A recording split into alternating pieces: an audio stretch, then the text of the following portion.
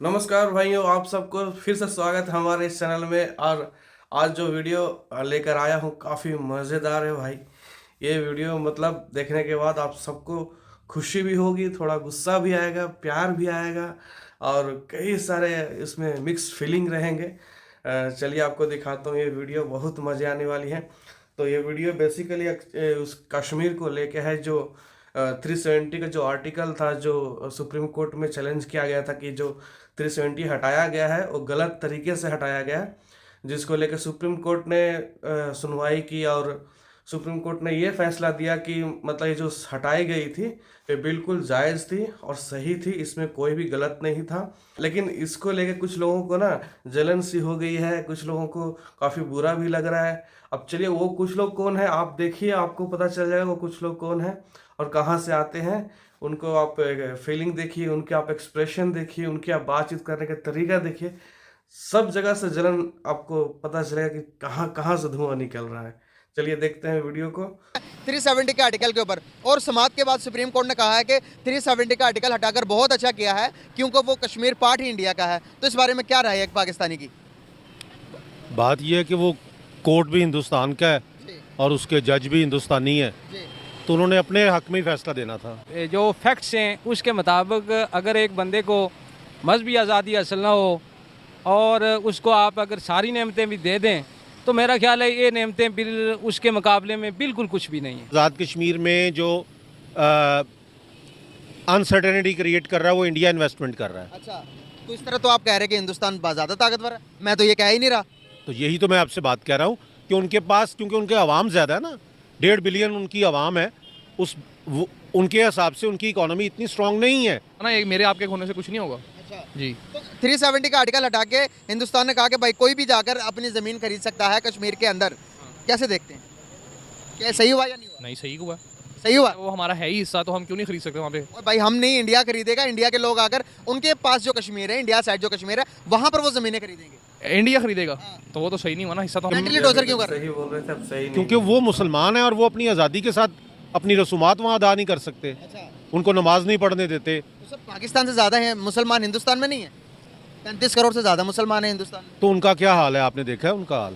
मुझे तो फील हो रहा है आपकी गुफ्तगू से कि आप इंडियन एजेंट हैं। अच्छा, आपने मुझे फैक्ट्स पे बात करने वाला बंदा जो सही बात करता है उसको इंडियन एजेंट बना दिया। फैक्ट्स पे बात नहीं है, मैं फैक्ट्स पे बात कर रहा हूँ। आप मुझे बताएं मैंने कौन सी बात गलत की है? हिंदू मुतअस्सब है, वो हमेशा दिखाएगा बायां और मारेगा दायां, दायां दिखाएगा बायां मारेगा। वैसे फैक्ट्स की बात है, ताकतवर तो वो हो गए हैं। अभी देखें ना इकोनॉमी नहीं, वो कहाँ पर। पाकिस्तान की हुकूमत अगर एक ठीक आ जाए तो 2 साल में हम उनसे आगे निकल जाएंगे। जो अदलिया है ना, उससे बड़ी यूएनओ में इनकी जो रेजोल्यूशन पड़ी हुई है ना, आप उनको देख लें। जो इन्होंने वादा किया था उधर के हम इस्ताब राय करवाएंगे, अभी तक तो करवा नहीं सके। वो तो एक हिंदू की अदालत है, उन्होंने तो अपनी मर्जी का फैसला करना है, जिसका कश्मीरियों पर कोई असर नहीं है, उनके फ़ायदे का नहीं, वो सिर्फ हिंदुओं का है। मकबूजा कश्मीर के हवाले से इनका ये ही फैसला, ये इसको तो हम मुस्तरद करते हैं, बिल्कुल मुस्तरद करते हैं। लेकिन इंडिया कश्मीर के मुतालिक जो गलत फैसले कर रही है, ये पहली दफ़ा तो नहीं है। ये इंडिया कब से कश्मीरियों के ऊपर जुल्म कर रहा है। ये जुल्म क्या दुनिया को नज़र नहीं आ रही है? क्या ये अक़वाम मुत्तहिदा वालों को नज़र नहीं आ रहा है? ये पूरी दुनिया को ये जुल्म नज़र आ रहा है। बिल्कुल सेम वही जुल्म आज इसराइल जो है ना फ़लस्तीन के ऊपर कर रहा है। भारतीय अदलिया की जो आज़ादी है ना, आज उस पर भारत की आला अदलिया ने कदगन लगा दिया है ये फ़ैसला दे के। और ये अक़वाम मुत्तहिदा की जो कश्मीर पे करारदाद है उस पर भी ये उन्होंने उसकी तौहीन की है। और हालांकि ऐसा नहीं करना चाहिए था उनको। कश्मीर एक सेपरेट इलाका है, भारत का टंग नहीं है, ये पाकिस्तान की शराग है। जम्मू कश्मीर के जो बासी हैं ना, वो उनमें ज़बरदस्ती हिंदुओं को बसा रहे हैं, उनकी प्रॉपर्टीज़ छीन रहे हैं और उनको ज़बरदस्ती ज़दोगोब उनकी बेटियों को उठा के ले जाते हैं। तो वो बेचारे क्या करें? कोई भी जब एंकर आता है तो अपनी जान छुड़ाने के लिए वो कहते हैं जी हम बड़े खुश हैं, नहीं तो रात से पहले उनका वो मकान वो मस्मार कर देते हैं। इसलिए वो बेबस हैं। जैसे इसराइल कर रहा है फ़लस्तीन के साथ, इसी तरह इंडिया कर रहा है कश्मीर के साथ। ये समझ लें कि दोनों जुड़वा भाई हैं, इसराइल और इंडिया। ये बेसिकली सब मुसलमानों के ख़िलाफ़ एक यहूद व नसारा की साजिश हो रही है। हमारे आका करीम सल्लल्लाहु अलैहि वसल्लम ने फरमाया था कि यहूद व नसारा कभी भी मुसलमानों के दोस्त नहीं हो सकते। आपने शायद देखा हो कि पहले कश्मीरियों के आईडी कार्ड पे कश्मीरी लिखा होता था, अब पाकिस्तानी लिखा गया है। देखिए, अगर 370 आर्टिकल रिमूव करके जम्मू कश्मीर की एक जो हैसियत थी वो ख़त्म कर दी गई, तो आप ये भी तो देखेंगे कि हम भी आज़ाद कश्मीर को अपना 5वां सूबा बनाने के लिए तगो-दो कर रहे हैं। नहीं, मैं इस बात से इत्तेफाक नहीं करता। आप इस बात, आपको ही नहीं पता कि ऐसा नहीं कर रहा पाकिस्तान से, बिल्कुल कोई भी ऐसा नहीं कर रहा। बहुत सारे कश्मीरी ऐसे हैं जिनके आईडी कार्ड पर कश्मीर की बजाय, आज़ाद कश्मीर की बजाय अब वहाँ पे लिखा जा रहा है पाकिस्तान। एरिया को प्रमोट करना होगा, वो बहुत बैकवर्ड एरिया, वहाँ के लोगों को फैसिलिटीज़ नहीं दी गई। उन लोगों के साथ हमने बिल्कुल भी कहते हैं ना कि किसी के साथ फेयर रिलेशन रखना, तो हमने उन लोगों के साथ बिल्कुल फेयर काम नहीं किया। हमें 70 साल नारे लगाए हैं, नारा तो हम आज भी लगाते हैं। मेरा ख्याल है कि जब भी कभी स्कूल की असेंबली होती है तो यही कहते हैं कि हम कश्मीर हमारे पाकिस्तान का हिस्सा है और हम उसको लेके रहेंगे, लेकिन हम उनकी आवाम के लिए कुछ भी ऐसा नहीं कर पा रहे। एक तो आर्टिकल 370 वाला केस ही सीन ही खत्म हो गया, ठीक है। अब वहाँ पे अपना जो उनकी रिप्रेजेंटेशन है कश्मीरियों की, उनकी सीट्स में इजाफा कर दिया है। ये इस वजह से ना इवन के सऊदी भी इंडियंस को लाइक कर रहे हैं। और ये सिर्फ पब्लिक टू पब्लिक नहीं है। आप सऊदीया के किंग की बात कर लें, जो कि रिसेंटली उन्होंने इंडिया का विजिट किया और वापसी पे उन्होंने खबर के मुताबिक पाकिस्तान में भी स्टे करना था, विजिट करना था, लेकिन वो नहीं आए। क्या वो भी दिन रात यही कहते रहते हैं कश्मीर लेंगे, कश्मीर बनेगा इंडिया, कश्मीर? ना ना ना ना ना ना ना, वो यही कहते हैं proud to be Indian. Even के मुस्लिम्स भी जी वो कहते हैं प्राउड टू बी इंडियन, कहते हैं हम इंडियन है अल्हम्दुलिल्लाह, ठीक है। वो जरा भी कभी भी उन्होंने ये नहीं कहा कि हमारे यहाँ हिंदू ऐसे, ना ना ना, मैंने नहीं कभी आज तक सुना, ठीक है। मुसलमान से ना ना कभी भी नहीं सुना। अगर मैं साफ अल्फाज में कहूँ, ना तो वो आज़ाद है ना ये आज़ाद है, दोनों मकबूजा हिस्से हैं। ये हिस्सा पाकिस्तान ने कब्जा कर लिया, उस हिस्से पे इंडिया ने कब्जा कर लिया।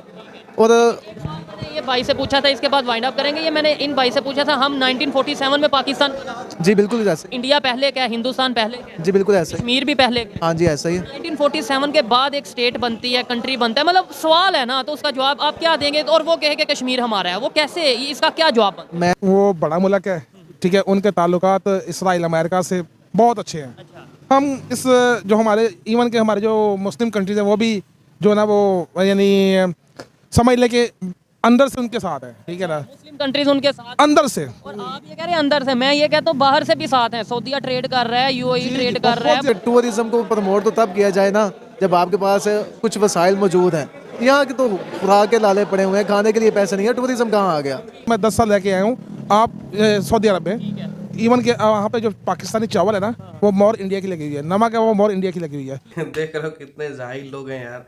जब मतलब अगर पाकिस्तान ले रहा है ज़मीन तो अच्छा है, इंडिया ले रहा है तो बुरा है। उनके खुद के कश्मीर के नागरिकों पे जो पासपोर्ट है वो मतलब पाकिस्तान का नाम से दे रहे हैं। बताओ, वो कर रहे हैं, वो सही कर रहे हैं, हम कर रहे हैं तो गलत कर रहे हैं। तो शोएब भाई ने जो मतलब सवाल पूछा कि 1947 के पहले वो तो इंडिया का था, राजा सिंह जो थे वो तो इंडिया के साथ साइन कर गए, तो फिर आपका कैसे हो गया? चलिए, ये सब कहीं इनको जवाब नहीं पता है। जैसे होता ना कि इंसान को आंख बंद कर दिया हो और बोला गया हो कि सब कुछ आगे जितना भी है सब कुछ अंधेरा है, तो ये लोग मान लेते हैं कि हाँ भाई अंधेरा ही है। चलिए, अब इन दोनों दीदी का देखते हैं वीडियो, और ये काफ़ी अच्छे से यहाँ पे जवाब देने वाले हैं नाज़े इलाही दीदी। क्या लगता है आपको कि पहले से अंदाजा था कि क्या फैसला आएगा 370 को लेकर? और पाकिस्तान में तो खैर आप समझ सकती हैं कि काफ़ी गुस्सा है, और जिस किस्म के मैं टीवी पे भी लोगों को देख रही हूँ बात करते हुए, तो सब नेगेटिव ही बात कर रहे हैं। उनका यही कहना है कि यूनाइटेड नेशंस में जाना चाहिए, और पाकिस्तान के हर पाकिस्तानी को, चाहे वो पाकिस्तान में हो पाकिस्तान से बाहर हो, उसको ट्वीट भी करनी चाहिए, शोज भी करने चाहिए, बात करनी चाहिए, भारत के खिलाफ बात करनी चाहिए और इस फैसले के खिलाफ बात करनी चाहिए। क्या कहेंगे? सबसे पहले मैं यूएन का रिप्लाई दे देती हूँ कि नेहरू के जमाने में ही UN was said to remove the कबीला of Pakistan from Jammu and Kashmir and remove the bulk of Indian army from Jammu and Kashmir.